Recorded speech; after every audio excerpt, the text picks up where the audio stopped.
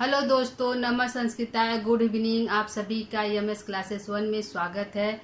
हम पढ़ रहे हैं किराता अर्जुनियम की जो इम्पोर्टेंट सूक्तियाँ है, जो परीक्षा में पूछी गई है, जो पूछे जाने की संभावना है, जो परीक्षा की दृष्टि से बहुत इम्पोर्टेंट है। तो दोस्तों, इसको आज हम पढ़ेंगे। इससे पहले जो पहला भाग है उसमें हम 1 से 9 तक की 9 सूक्तियों को हम अच्छी तरह से व्याख्या के साथ पढ़ चुके हैं।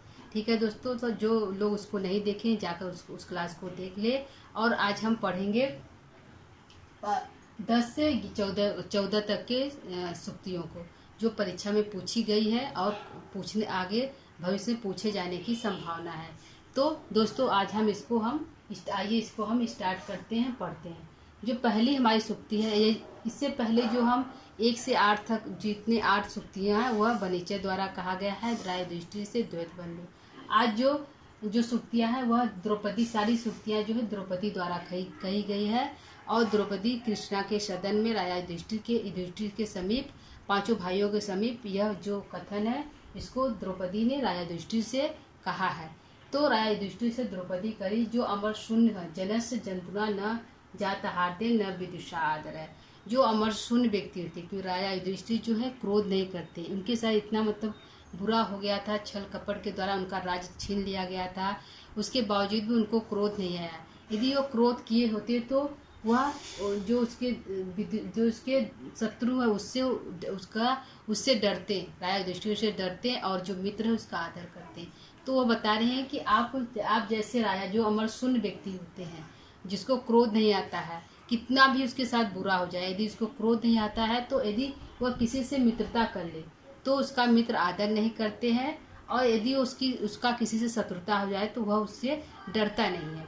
इसी का फायदा जो है दुर्योधन उठाया। वह जानता है कि भैया जो है युधिष्ठिर है वह कुछ बोलेंगे नहीं, उनके साथ छल हुआ, कपट हुआ, तो छल कपट के द्वारा राज को ले लिया था। यहाँ पे जो अमर शून्य जनस जंतुना न जाता हाथे न विदुषा, यह पंक्ति कहाँ से ली गई है? तो किराता अर्जुनियम से ली गई है। किसके द्वारा कही गई है? यह पंक्ति है तो द्रौपदी द्वारा कही गई है। किसके द्वारा कही गई है दोस्तों? द्रौपदी द्वारा कही गई ये पंक्ति है। द्रौपदी का कथन है, इसका कथन है, द्रौपदी का कथन है, और राजा युधिष्ठिर से कहा गया, युधिष्ठिर से कहा गया है, युधिष्ठिर से कहा गया, राजा युधिष्ठिर से कहा गया है। और किस कवि की पंक्ति है? तो भारवी की है। किसकी है दोस्तों? भारवी की पंक्ति है, भारवी की पंक्ति है। और किस महाकाव्य से लिया गया है? तो किराता अर्जुनियम से लिया गया। किससे लिया गया दोस्तों? किराता अर्जुनियम से लिया गया, किराता अर्जुनियम से लिया गया है। तो आइए हम दूसरा देखते हैं कि दूसरा का, परई अपर्यासित वीर संपदा पराभव उत्सव यह मानेना। द्रौपदी बोल रहे हैं कि हमारी जो वीर संपदा अपर्यासित है, वह हारी नहीं है, शत्रुओं ने उसको हराया नहीं है, हम कोई युद्ध नहीं किए, किसी युद्ध में हम हारे नहीं है। हमारी जो राज्य चली गई, राजलक्ष्मी चली गई है, वह छल कपट द्वारा गई है। वह किसी युद्ध में यदि हम हार गए तो उसका कहना है द्रौपदी का, यदि हम हार गए होते, शत्रुओं से युद्ध किए होते, उससे हार जाते, तो भी हम इस वन में खुशी खुशी इस हार को भी उत्सव की तरह मनाते, एक त्यौहार की तरह मनाते। लेकिन हम हारे नहीं हैं। हमारी जो वीर संपदा है, अर्जुन, भीम, नकुल, सहदेव, जो युधिष्ठिर, ये जो हमारी जो वीर संपदा है, गदाधारी, धनुधारी जो है, वह किसी युद्ध में हारे नहीं है। उनको छल द्वारा हराया गया, धोखा दिया गया है। तो वह द्रौपदी जो है कह रहे हैं कि अपरई शत्रुओं द्वारा अपर्यासित है हमारी वीर संपदा, जो शत्रुओं द्वारा हमारी वीर संपदा अपर्यासित है। यदि हम हार भी गए होते तो इस वन में खुशी खुशी उस हार को भी उत्सव की तरह मनाते, लेकिन हम हारे नहीं हैं। तो यह जो पंक्ति है यह द्रौपदी द्वारा कही गई है। पूछ लेगा पंक्ति उठाकर किसके द्वारा कही गई है? तो द्रौपदी द्वारा कही गई है। किससे कहा गया है? तो युधिष्ठिर द्वारा कहा गया है। परई और अपर्यासित वीर संपदा जो है, द्रौपदी किसको कह रही है? तो वह अपने पांचों पतियों कह रही कि हमारी जो संपदा वो हारी नहीं है। यह पंक्ति कहाँ से ली गई? किराता अर्जुनियम से। इसके कवि कौन है? तो भारवी है। ठीक है दोस्तों, आइए अगला देखते हैं। ब्रजंती शत्रुन वधु निष्प्रिया सिद्धि मोने न भोभृत। वह द्रौपदी जो बोल रहे हैं कि ब्रजंती प्राप्त होते हैं, जो शत्रु न बधुए न अधूर निष्प्रिया, जो जिसकी कोई स्प्रिया न हो, जो अपने 6 शत्रुओं को जीत लिए। काम, क्रोध, लोभ, मोह, मद, मत्सर जो है 6 शत्रुओं को जीत लिए हैं। तो 6 शत्रुओं को प्राप्त करके जो मुनि लोग शांति के मार्ग पर चल रहे हैं वह सिद्धि को मानो प्राप्त कर लेंगे। लेकिन न भूभृत, राजा लोग के लिए यह मार्ग उचित नहीं है। न भूभृत, राजा लोग के लिए उचित नहीं है। ब्रजंती शत्रुन वधु निष्प्रिया सिद्धि मुनयो न, मुनियों के लिए यह जो मार्ग है शांति का उचित नहीं, राजा के लिए उचित नहीं है, क्योंकि राजा की जो होती है स्प्रिया होती है। मुनि जो निष्प्रिया है, राजा की अभिलाषा होती, इच्छा होती है, तो उसके लिए यह जो शांति का मार्ग है वो उचित नहीं है। ठीक है दोस्तों, तो यह जो पंक्ति है यह भी द्रौपदी द्वारा कहा गया है, द्रौपदी द्वारा कहा गया है और राजा युधिष्ठिर से कहा गया है, युधिष्ठिर से कहा गया है। ठीक है दोस्तों, अगला हम पंक्ति देखते हैं। निराश्रया हंत हता मनुष्यता। निराश्रय, यह इम्पोर्टेंट है दोस्तों, यह बहुत बार परीक्षा में पूछा गया और ये भी इम्पोर्टेंट है, ज़्यादा पूछा गया है। निराश्रया हंत हता मनुष्यता। द्रौपदी कह रही है कि हमारी जो हंत है, दुख कष्ट से बोले, जो मनुष्यता है, जो स्वाभिमानता है, वह जो निराश्रित हो गई, उसको आश्रय प्राप्त है। वह निराश्रय मनुष्यता जो है निराश्रय को है, दुख के बाद कष्ट है कि हमारी जो मनुष्यता है वह निराश्रित हो गई, उसको कहीं आश्रय प्राप्त नहीं हुआ।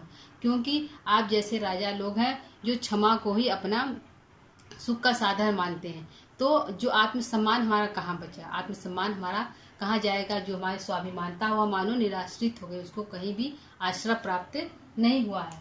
तो यह पंक्ति भी हमारा दोस्तों द्रौपदी का ही कथन है और राजा युधिष्ठिर से ही कहा गया है।